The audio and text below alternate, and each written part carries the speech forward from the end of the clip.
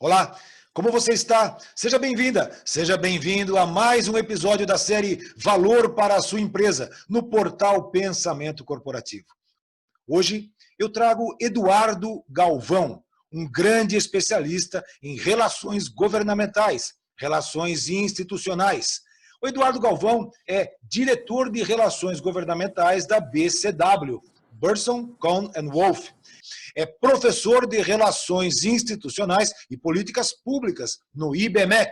É o fundador do Pensar Helgov. Pensar Helgov, Relações Governamentais. Ele é também o idealizador do projeto Lobby Social, além de ser autor de vários livros, entre eles Relações Governamentais e Inovação, Relações Governamentais e Investimento e Máquinas de Influência. Eduardo Galvão, seja bem-vindo ao portal Pensamento Corporativo. Muito obrigado pela sua presença. Muito obrigado a você, Orlando. É um prazer poder estar aqui contigo e poder dividir um pouquinho dessas reflexões sobre a área de relações governamentais, sobre políticas públicas e, claro, sobre o nosso pensamento corporativo. Muito legal. As relações governamentais, o lobby, relações institucionais, são atividades fundamentais na economia, principalmente nas economias mais desenvolvidas e democráticas.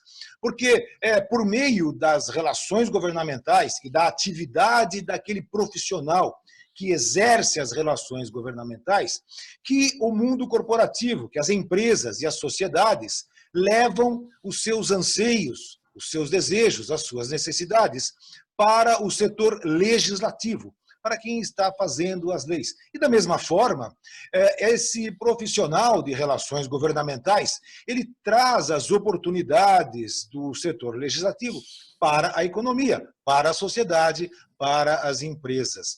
Eu gostaria de pedir para você explicar um pouco para os nossos espectadores, para quem está nos assistindo no YouTube, o que é relações governamentais. Como que é essa função do lobby, né? Vamos tentar desmistificar um pouco esse termo lobby, que é um termo que nas democracias, nas maiores democracias do mundo, é um termo tradicional, é um termo, inclusive, regulamentado, e que também no Brasil está em fase de regulamentação. Por favor, Eduardo, explica para a gente um pouco sobre relações governamentais, sobre lobby e sobre relações institucionais. Muito bem, Orlando, vamos lá. Acho que é importante, de início, já frisar que a participação social, participação dos grupos, das empresas, na definição de políticas públicas, é algo perfeitamente natural em qualquer democracia desenvolvida. Então, o trabalho e a atividade de poder fazer essa interlocução com os tomadores de decisão, seja na arena do legislativo, seja na arena do poder executivo, é algo inerente ao processo democrático, né? A participação social está na essência da democracia e isso acontece em todas as democracias desenvolvidas. E existem algumas diferenças que são talvez até mais teóricas do que práticas, né? Entre o que é lobby, relações governamentais, relações institucionais.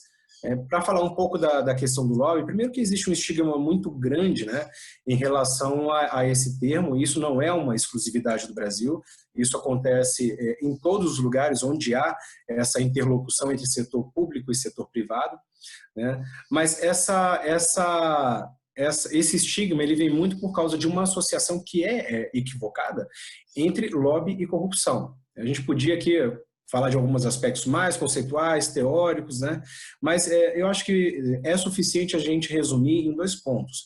O que antes se associava com atos ilegais, ou com atos de corrupção, não é nem próximo do que é a definição de lobby. Tá? O lobby ele é o convencimento de outra parte, de outra pessoa, a tomar uma determinada decisão. Ou seja, é um processo de influência. E isso acontece nas nossas relações pessoais, nas nossas relações familiares, nas nossas relações profissionais dentro das nossas organizações. Isso acontece também no âmbito político, obviamente, né? Mas o lobby, o termo começou a ser associado a práticas de corrupção. E o que se antes chamava lobby, na falta de um outro termo, né, na verdade são crimes que estão previstos lá no Código Penal. Então, é corrupção, concussão, tráfico de influência, corrupção ativa, corrupção passiva, né? O lobby é outra coisa, não é aquilo, né? Mas na falta de um outro termo, se usava lobby quando o que hoje quer dizer contravenção, quer dizer corrupção, e principalmente usava-se lobby quando antes queria se dizer operador de propina, não existia esse termo ainda, né? E o segundo ponto que eu acho importante para a gente fazer essa separação do joio e do trigo é explicar que o trabalho de relações governamentais, ele é complexo, a gente vai explicar um pouquinho aqui sobre essas fases, né? Mas ele vai desde o entendimento do cenário político, do monitoramento das proposições, dos atos normativos, do ambiente político, né? Até a ponta do processo, que é a influência em si para a tomada de decisão. Então, existe todo um trabalho analítico de inteligência e de estratégia que não condiz com os atos ilegais. Eu falo que o personagem lá, o cara da mala preta, ele não tem que gastar sola de sapato e tempo de análise para fazer convencimento de alguém, porque o processo dele para aquele ato é outro completamente diferente. Então, quem trabalha na área de relações governamentais tem um trabalho de inteligência e analítico muito, muito grande que é feito previamente até chegar na discussão do tema carregado de evidências e dados técnicos para poder fazer o convencimento daquela matéria. Então, existe essa separação aí do que é o ato ilícito, né? Isso aí é completamente condenável em qualquer democracia, né? E o ato de participação social, que isso sim é saudável em qualquer democracia e é permitido pela nossa Constituição aos grupos sociais e aos grupos econômicos também. Inclusive, a questão, eu vou pegando um pouquinho o gancho na primeira parte dessa conversa, a questão do lobby, ele é regulamentado, ou vai ser regulamentado no Brasil. Depois eu queria que você me falasse um pouco também como é que está esse processo de regulamentação, porque se não me falha a memória, isso é um processo que vem lá de um projeto de lei que vem lá de 2007, acho, 2009, depois você, por favor, me corrige. Mas ele tem toda uma lista de compliance. Ele não é um processo simplesmente de cafezinho, não é conversa de cafezinho, não é conversa de corredor. Existe todo um processo descritivo de transparência nesse projeto e nessa regulamentação, assim como ocorre nos países democráticos, porque isso é uma característica democrática, nos países mais desenvolvidos no mundo, né? As empresas precisam estar monitorando aquilo que está acontecendo, digamos assim, no Congresso Nacional, ou nas comissões, ou em todos aqueles processos legislativos, né? Por que isso? Porque as empresas, existe uma relação. A gente sabe que a linguagem falada pelos políticos, pelo meio político, é diferente da linguagem falada no mundo empresarial. Então, é muito importante isso que você falou sobre a questão do que o lobby não tem nada a ver com corrupção e, infelizmente, foi associado de uma maneira errada, né? Ficou um termo nefasto, principalmente pelo período que o Brasil vem vivendo aí nos últimos anos, que foi associado de forma errada. As relações governamentais, elas são atividades importantíssimas nas empresas, principalmente nas empresas disruptivas. E eu queria que você falasse um pouco sobre isso também, que é a questão dessas novas empresas. Por exemplo, tem algumas empresas novas que chegam, sei lá, Uber, Airbnb, elas recebem uma atividade de lobby ou uma atividade de relações governamentais das empresas contrárias, empresas que vão se sentir prejudicadas com isso. E eu entendo que o correto é chegar no meio termo, é chegar no balanço de que seja bom para todo mundo. É isso, a minha visão está correta com relação a esses anseios das empresas disruptivas e da necessidade de equilibrar essa conversa? Olha, Orlando, está perfeitamente correto, né? A gente percebe, quando começamos com esse fenômeno de empresas disruptivas, né, muito dirigidas pela tecnologia, que permitiram, né, a mudança de modelos de negócio, a gente percebeu que houve vamos dizer assim, essa disputa regulatória. Por quê? E aí, para trazer o caso, como você mencionou, para trazer o caso da Uber, que se a gente for a fundo, o script, né, o roteiro é muito parecido com o roteiro que outras empresas também tiveram com modelos de negócio disruptivos, como o Airbnb, como o Nubank, como o Netflix, todas essas empresas, elas têm em comum que o processo de produção delas, né, é um processo que ficou muito facilitado pelo uso da tecnologia, que permite escalar muito mais o negócio.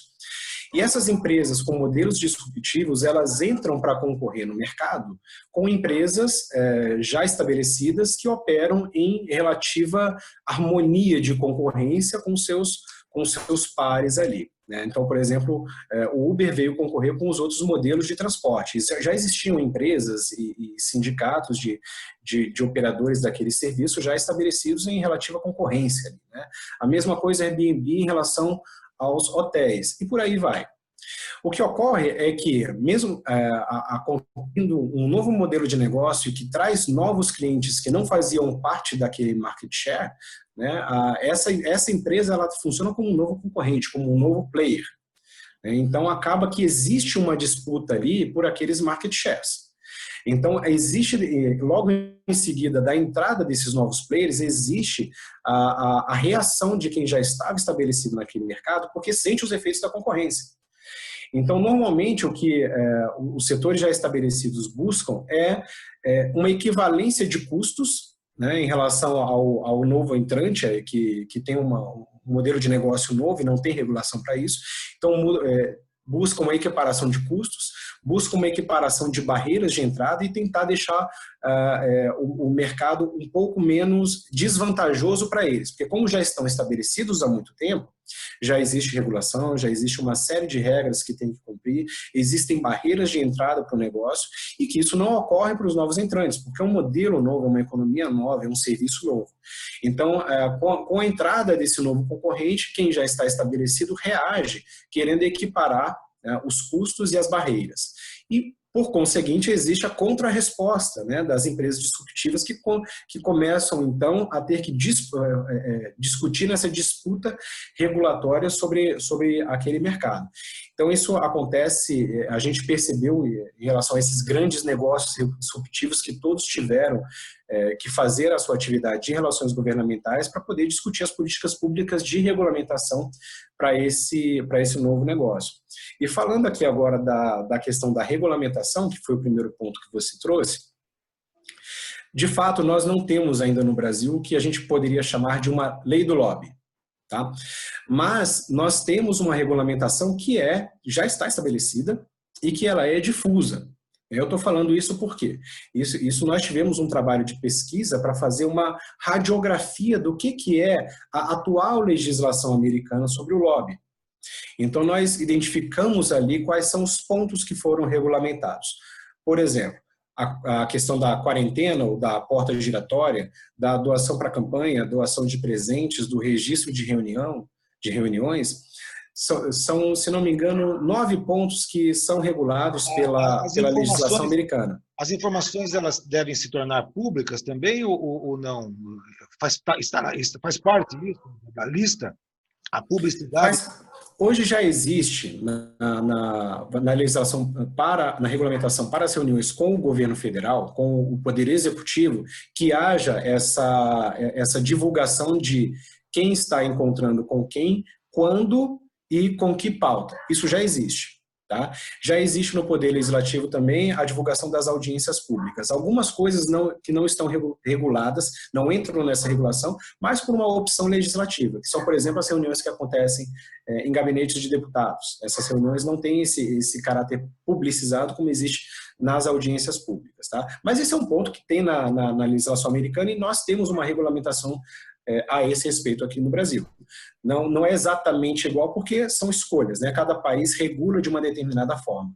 E apenas um ponto da legislação americana não encontra par na regulamentação brasileira, que é a questão da obrigatoriedade de entrega de relatórios periódicos para um órgão fiscalizador, um TCU, Secretaria-Geral da Mesa, cada proposta tem seu modelo.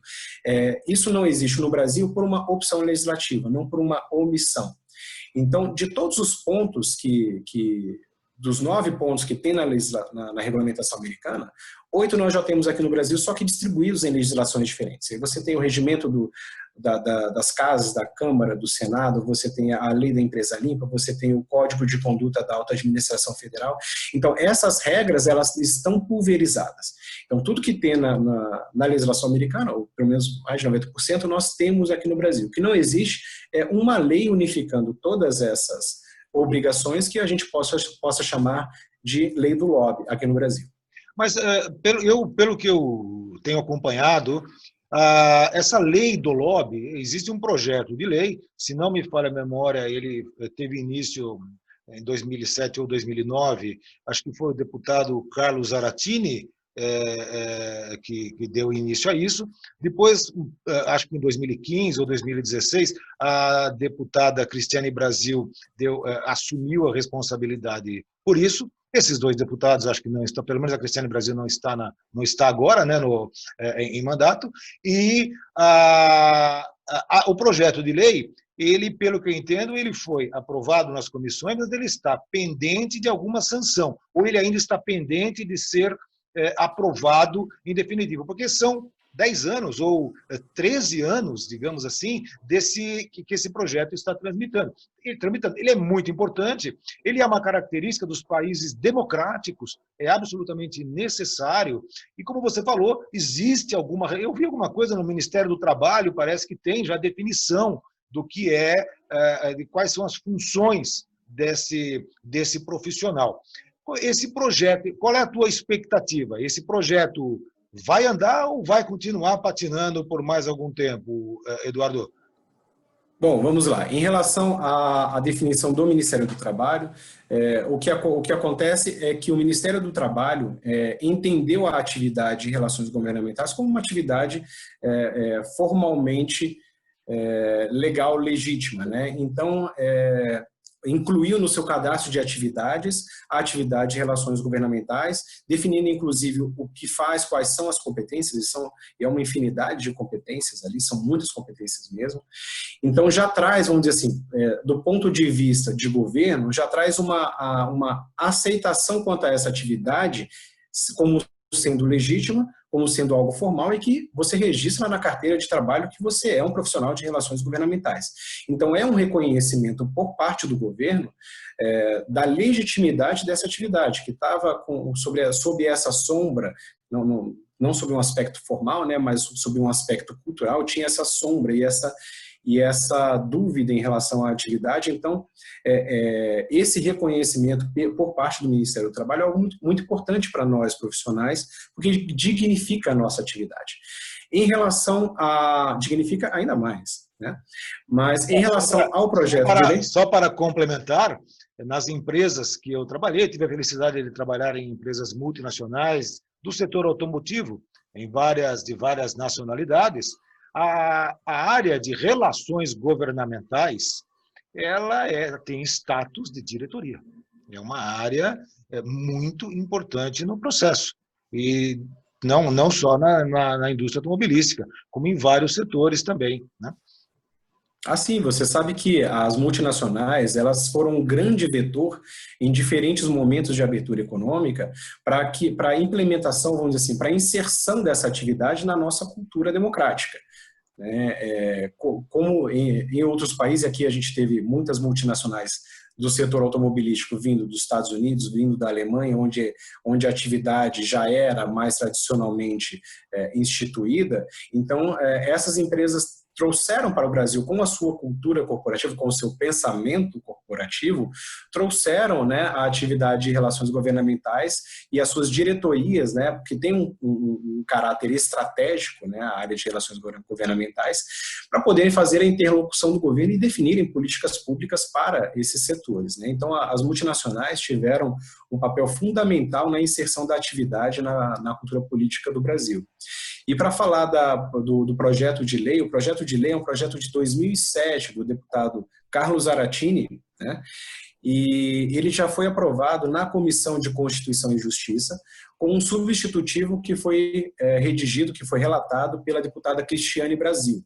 Ele já foi aprovado pela Comissão de Constituição e Justiça e se encontra agora na fila da pauta para o plenário da Câmara dos Deputados.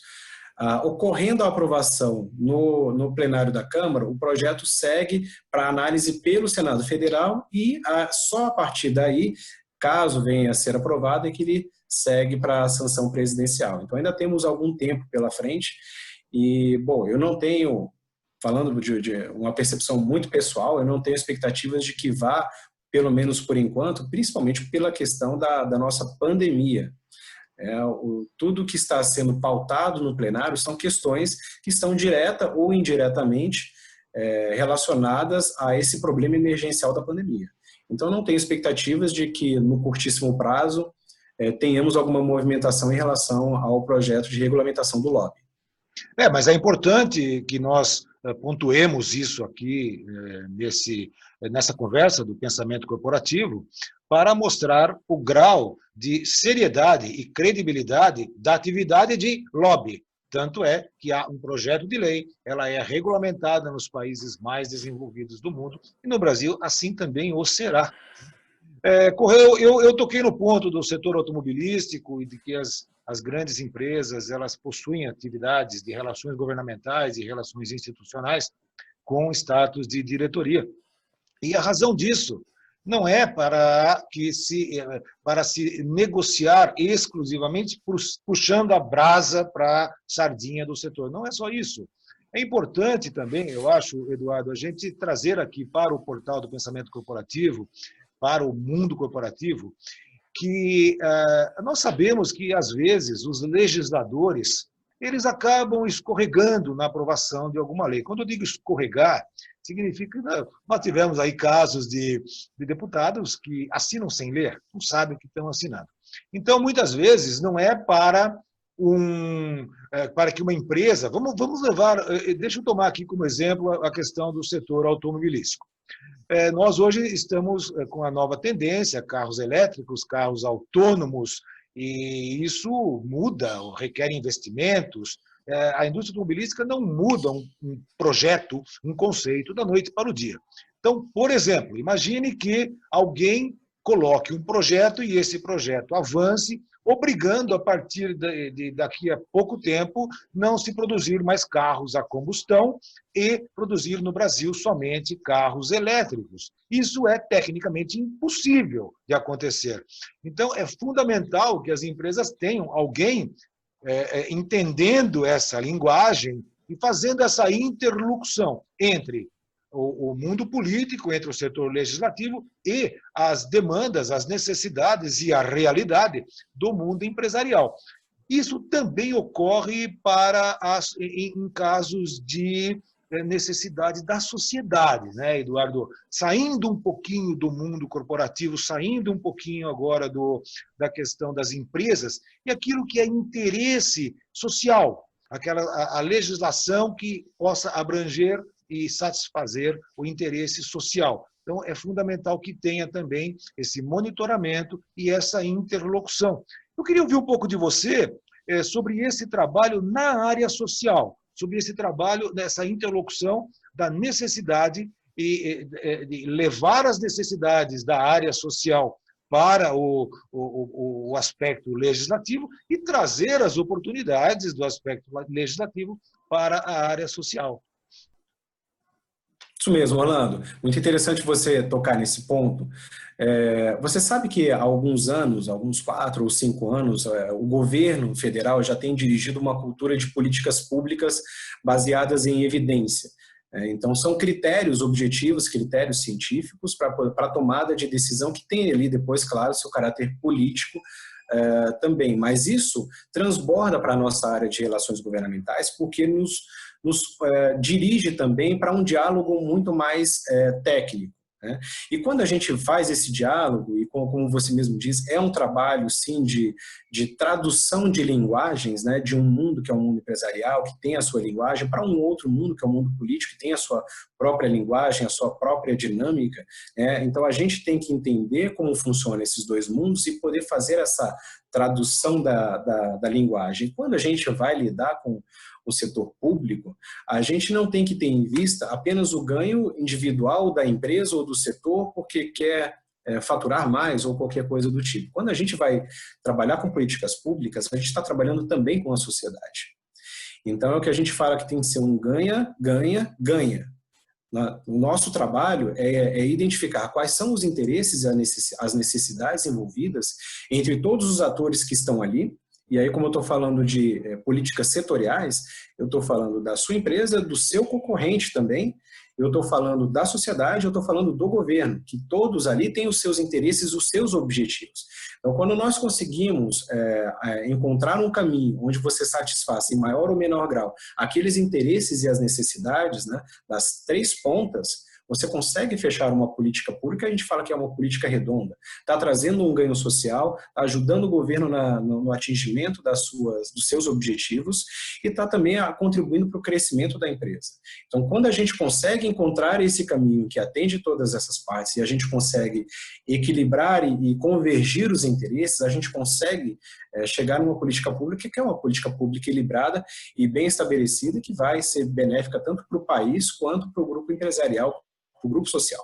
No próximo bloco, nós vamos falar sobre o projeto Lobby Social. Já que estamos falando em aspectos sociais, vamos falar sobre o projeto Lobby Social, que foi idealizado pelo Eduardo Galvão, e é um negócio muito bacana, eu quero explorar isso, porque vale a pena. E também, Eduardo, eu quero falar sobre as competências que as pessoas devem ter, que os profissionais devem ter, para entrarem nessa área de relações governamentais. O que é necessário? Como que essas pessoas, como que os profissionais entram nessa área? Como desenvolver uma carreira nessa área de relações governamentais e relações institucionais? No próximo bloco. Não sai daí.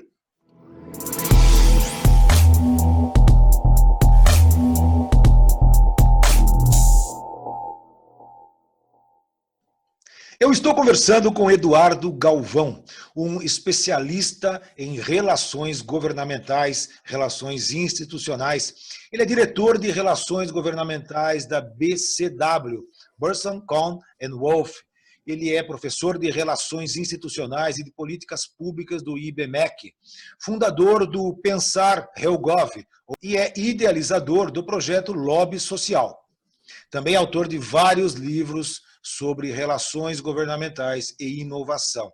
Eduardo, eu gostaria de, antes de falar do projeto social, eu gostaria de começar a falar sobre o aspecto de carreira. Muitos dos nossos internautas, eles acompanham o pensamento corporativo pelos aspectos de carreira, pelo planejamento de carreira. E, sem dúvida, a carreira no setor de relações governamentais é uma carreira bastante interessante, mas acredito que não menos estressante, né? Então, eu gostaria de perguntar para você quais são as competências que as pessoas precisam ter para entrarem nesse mundo, para desenvolverem uma carreira de relações governamentais. E também, quem é que contrata? Né? Onde é que estão, quais são os setores, os segmentos que mais demandam os profissionais na área de relações governamentais? Bem, Orlando, você sabe que é muito curiosa essa questão das competências e das habilidades do profissional de relações governamentais, e logo que saiu a notícia de que o Ministério do Trabalho tinha reconhecido a atividade, incluído ela no seu cadastro de atividades econômicas, saiu uma reportagem e o jornalista perguntava como eu faço para ser lobista. E ele listou várias das competências ali, e é uma infinidade. E ele fecha o comentário falando que é coisa para super-herói. Então, isso mostra para a gente assim, a complexidade. Mostra para a gente a complexidade. De fato, eu já ouvi um comentário, faz um bom tempo isso, de que talvez a carreira mais próxima, né, do que é a atividade de relações governamentais seria talvez a carreira de diplomata. Isso porque a diversidade das competências ela é muito grande. A gente não tem, por exemplo, uma cadeira de faculdade que essa cadeira seja suficiente para formar um profissional de relações governamentais. As áreas onde a gente tem que ter conhecimento vão desde direito, ciência política, relações internacionais, gestão, comunicação. Idioma. Então, o idioma é muito forte, a gente vai falar disso aí, de quais são as competências que o mercado exige, né? Então, assim, veja que são formações completamente diferentes. A cadeira de ciência política não é suficiente, a cadeira de direito não é suficiente, a cadeira de comunicação também não é suficiente. Então, sempre vai haver competências que o profissional vai precisar complementar através de outras fontes, né? Hoje, pelo menos, nós temos a grande felicidade de termos diversos MBAs de diversas instituições de renome, como você mesmo falou. Eu dou aula numa delas, no IBMEC, nós temos 2 MBAs de Relações Institucionais e de Políticas Públicas, né? Existem outras escolas também com excelentes cursos, né? Cursos maiores, cursos menores, né? O MBA é um projeto de mais longo prazo, mas existem também cursos menores, e o Pensar Gov, junto com o IBMEC, também oferecem um que é de um curso de uma semana, é um curso mais intensivo, de imersão, mas realmente é uma diversidade muito grande, né? Eu não falei aqui, mas existe ainda também economia, são questões que a gente tem que ter na nossa matriz de conhecimento. E nós fizemos uma pesquisa sobre o perfil do profissional, que depois, em 2018, nós revisitamos essa pesquisa, refizemos essa pesquisa e ampliamos ela. E uma das coisas que a gente foi apurar, e aí nós fomos atrás dos editais de vaga, para os editais de contratação, era para apurar quais são as competências que o mercado exige do profissional. Então, nós pegamos ali mais de uma centena de editais e tabulamos todos eles para entender, e isso também de maneira estratificada, né, para níveis, analista, coordenador, gerente, diretor, quais são as competências que o mercado exige. Esse resultado e outros resultados relacionados a mercado e formação estão nesse e-book, é um e-book gratuito, podem acessar, baixar gratuitamente lá pelo site do Pensar Gov, e tem esse resultado e outros ali. Qual que é o site? É o www.pensarrealgov.org.br. Tá. Tem ali logo na entrada, tem o banner para download gratuito do e-book com a pesquisa completa. Então nós apuramos ali, e é uma lista enorme de pesquisa, mas para falar aqui das que estão ali na dianteira, no topo da lista, né, primeiro a gente percebe a competência do inglês. Então, o domínio avançado da língua inglesa está presente em mais de 80% dos editais. Quando a gente pega os cargos maiores, chega a quase 100%. Por exemplo, no caso de diretor, de exigir a proficiência na língua inglesa, o domínio avançado da língua inglesa. E aí nós temos aí, seguindo na lista, nós temos gerenciamento de stakeholders, gerenciamento de temas críticos ou gerenciamento de issues, né, como nós falamos, conhecimento do processo decisório em políticas públicas, negociação, liderança. Então, isso numa matriz de conhecimento super diversificada, como eu falei para você, que vai desde economia, direito, até gestão e comunicação, né? E quais os setores, quais os segmentos que mais demandam esse tipo de profissional? Sim, essa pesquisa também a gente, buscando nos editais, a gente foi classificando quais eram os setores daqueles editais de contratação. E foi curioso a gente perceber que, por exemplo, o setor farmacêutico está na dianteira. Uma boa parcela dos editais de contratação são do setor farmacêutico, seguido ali com uma pequena diferença no setor de tecnologia da informação. E é curioso perceber que são 2 setores que são altamente regulados, né? Então, talvez haja uma relação direta aí entre o nível de regulação do setor, né, e a demanda por profissionais capacitados para lidar com o governo. E aí, seguindo na sequência, nós vamos ter ainda os setores de alimento, de biotecnologia. Esses são os 4 tops da lista, que tem uma fatia muito maior. Existem outros ainda que seguem na lista, mas com fatias bem menores. Realmente a proporção desses 4 aí se destaca muito naquela matriz. É só para quem, eventualmente, quem tenha pego agora essa conversa, que não pegou o início da nossa conversa, a questão do lobby, das relações governamentais, ela é uma característica dos países democráticos e das economias mais desenvolvidas do mundo. Então, é fundamental que as empresas tenham essa interlocução com a área legislativa.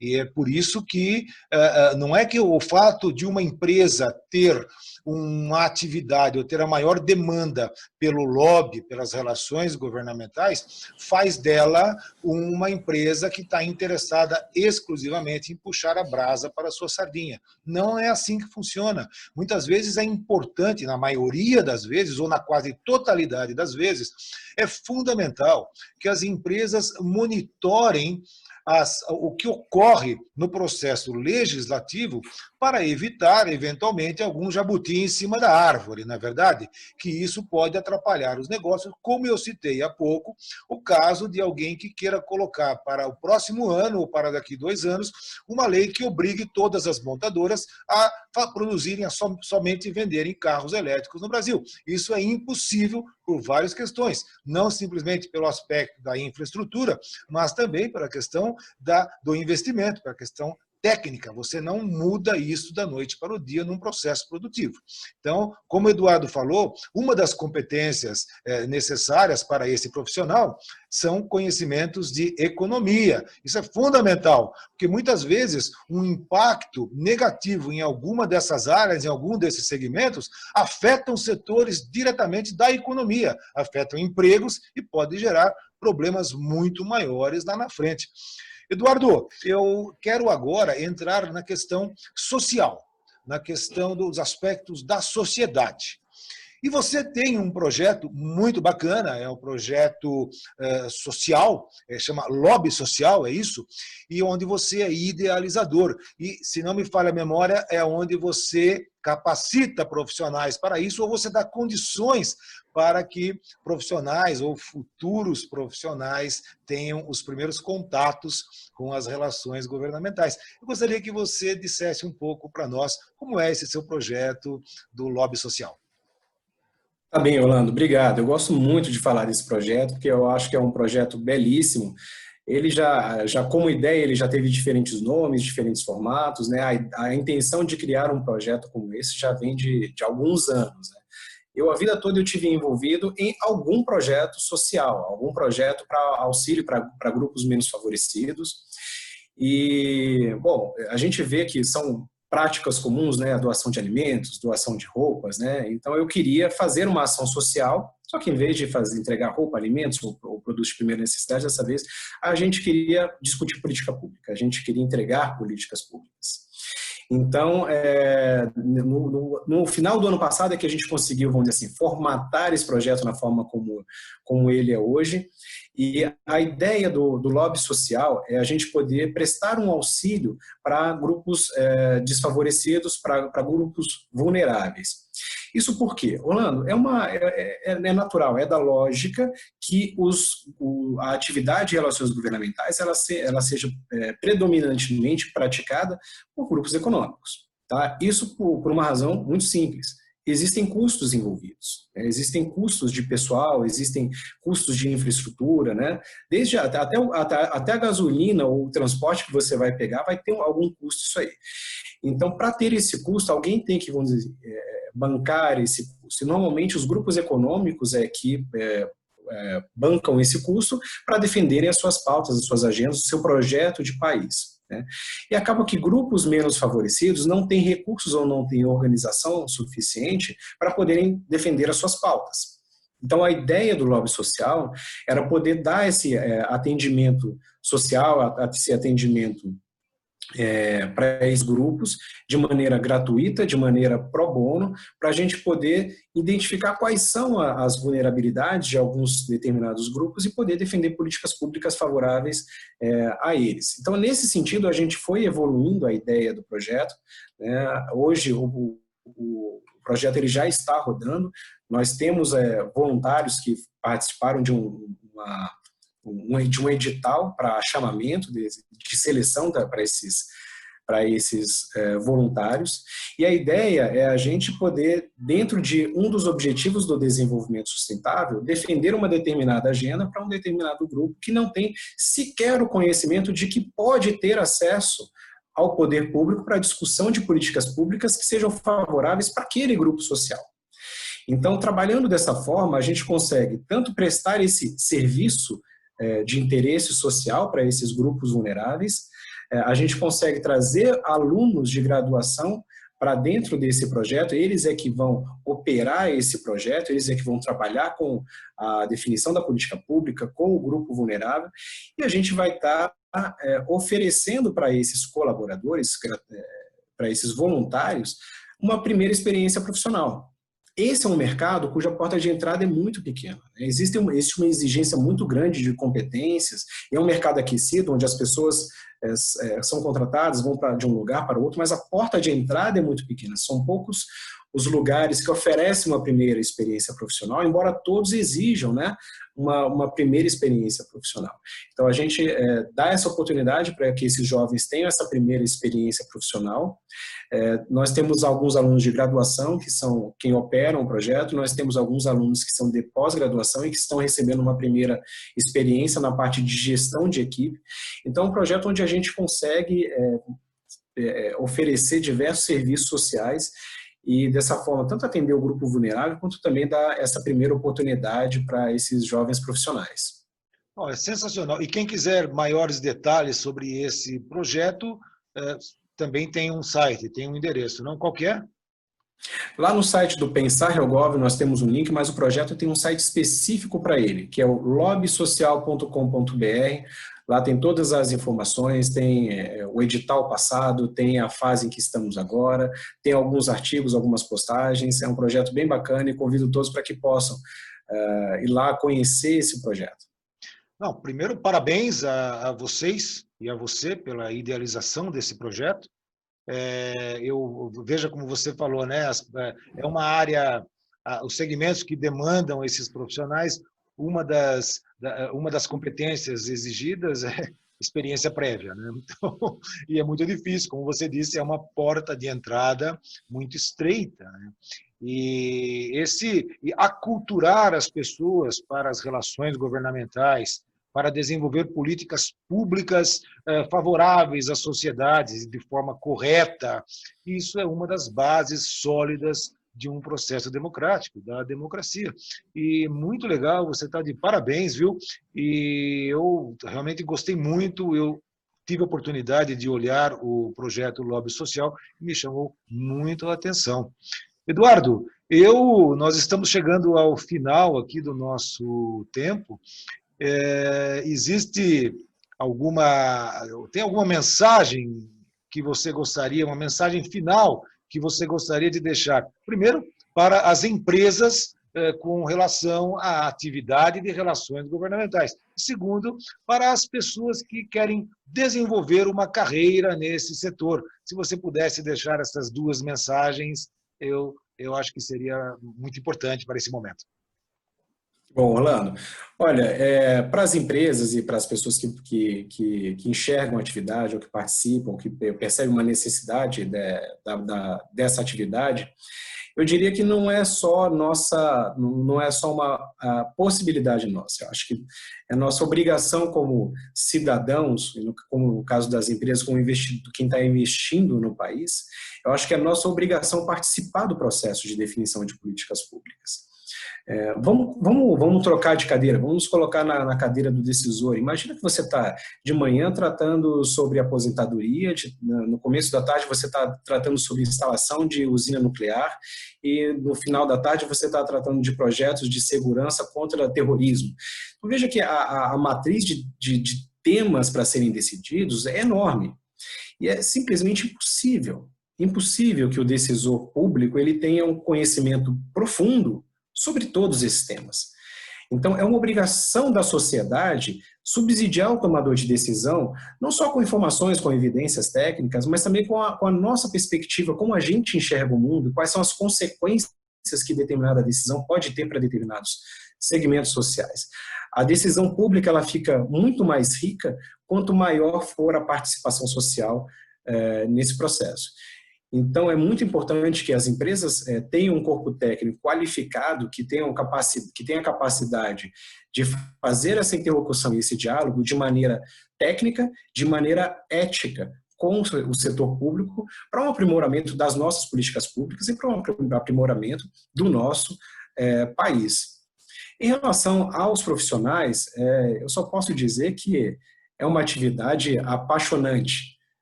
A gente ama o que a gente faz, mas também eu acho que tão apaixonante quanto é tão desafiador também, né? É tão desafiador quanto apaixonante. O nível de conhecimento que se tem que ter demanda que a gente esteja sempre atento ao que está acontecendo no ambiente político, mas também que a gente sempre estude, leia e entenda de temas diferentes e de inovações que estão acontecendo no mercado. Então, é uma atividade muito dinâmica e que desafia a gente a estar sempre atualizado em relação a todos esses temas de política e de políticas públicas. E eu convido também que todos conheçam um pouco mais, porque existe muito folclore, né, Orlando, em relação ao que é a atividade, como se desempenha a atividade, mas é uma atividade muito nobre, é uma atividade que não costuma sair, dar holofotes quando a coisa é bem feita, mas é uma atividade que sustenta políticas públicas bem estabelecidas em qualquer democracia. Então fica aí o meu convite a todos para que conheçam também um pouco a fundo o que é a atividade de relações governamentais. Muito bom. Eu conversei com Eduardo Galvão, diretor de Relações Governamentais da BCW, Burson, Kahn & Wolff. Ele também é professor de Relações Institucionais e de Políticas Públicas do IBMEC. Ele é fundador do Pensar Helgov. O Helgov é Relações Governamentais. Ele é idealizador do projeto Lobby Social, sobre o qual nós falamos aqui, muito bacana, e também é autor de vários livros no segmento e no setor de relações governamentais, inovação e investimento. Eduardo Galvão, muito obrigado. Obrigado pela gentileza de atender ao meu convite. Este é um programa que tem valor para a sua empresa. Mais um programa dessa série no portal Pensamento Corporativo no YouTube. Inscreva-se no canal, acompanhe a série Valor para a sua empresa, sempre com temas de alto nível e com profissionais muito capacitados e sempre referência. Galvão, muito obrigado, uma boa semana para você e um grande abraço. Muito obrigado, Orlando. Um abraço a você, um abraço a todos que estão conosco aqui no Pensamento Corporativo.